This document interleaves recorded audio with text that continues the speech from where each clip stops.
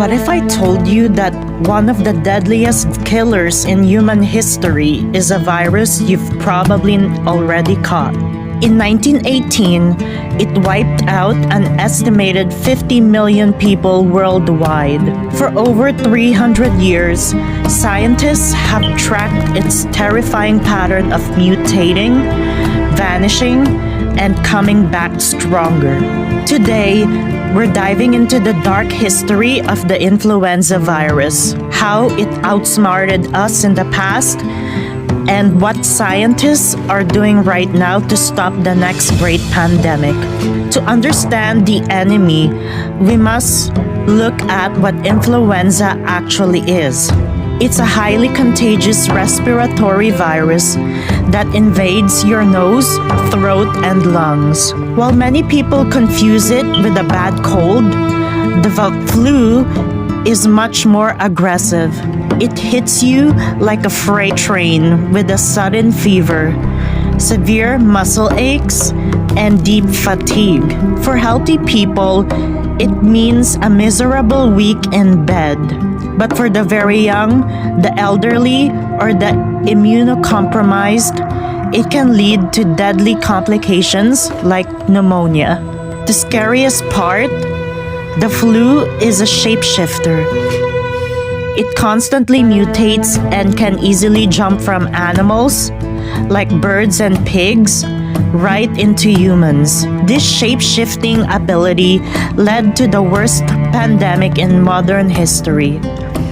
The 1918 H1N1 pandemic, often called the Spanish flu. Emerging right at the end of World War I, the massive troop movements and crowded trenches created the perfect breeding ground for the virus to mutate and spread. The world was entirely unprepared.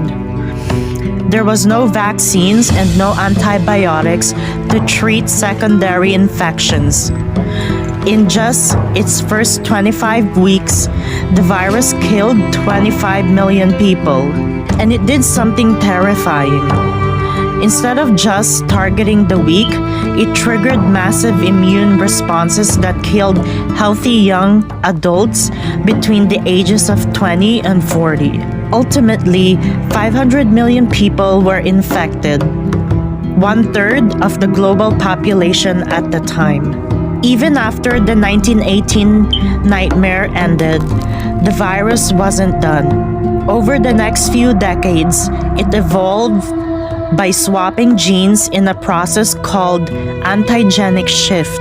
In 1957, the H2N2 Asian flu emerged, containing 3 new genes from an avian virus. It killed over 1 million people worldwide. A decade later, in 1968, it mutated again into the H3N2 strain, taking another 1 million lives.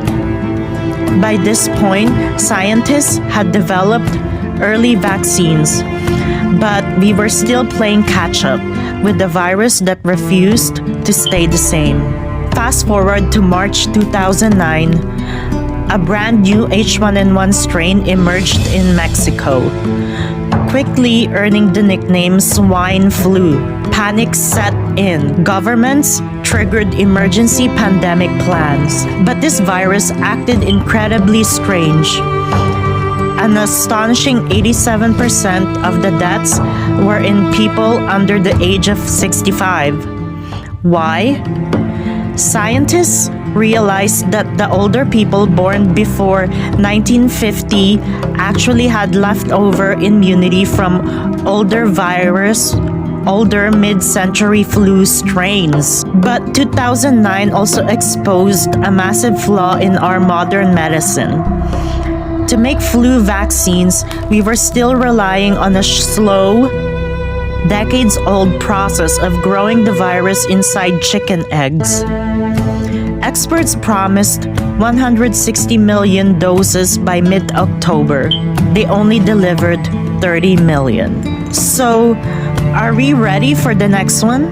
Since 2009, public health officials have drastically updated their playbooks. We are finally moving away from chicken eggs, exploring faster cell-based vaccine technology, and using immune-boosting compounds called adjuvants to stretch vaccine supplies farther. The stakes couldn't be higher. The U.S. Department of Health and Human Services estimates that if a virus as lethal as the 1918 strain emerged today without intervention, it could hospitalize 10 million Americans and kill nearly 2 million. The history of influenza is stark warning, but by studying its past, funding new technology, and staying prepared, we might just be able to stop the next pandemic before it starts. Thanks for watching. If you want to see more deep dives into medical history, make sure to hit that like button and subscribe. And tell us in the comments, do you think our modern medical system is ready for the next big virus? Stay safe, wash your hands, and I'll see you in the next video.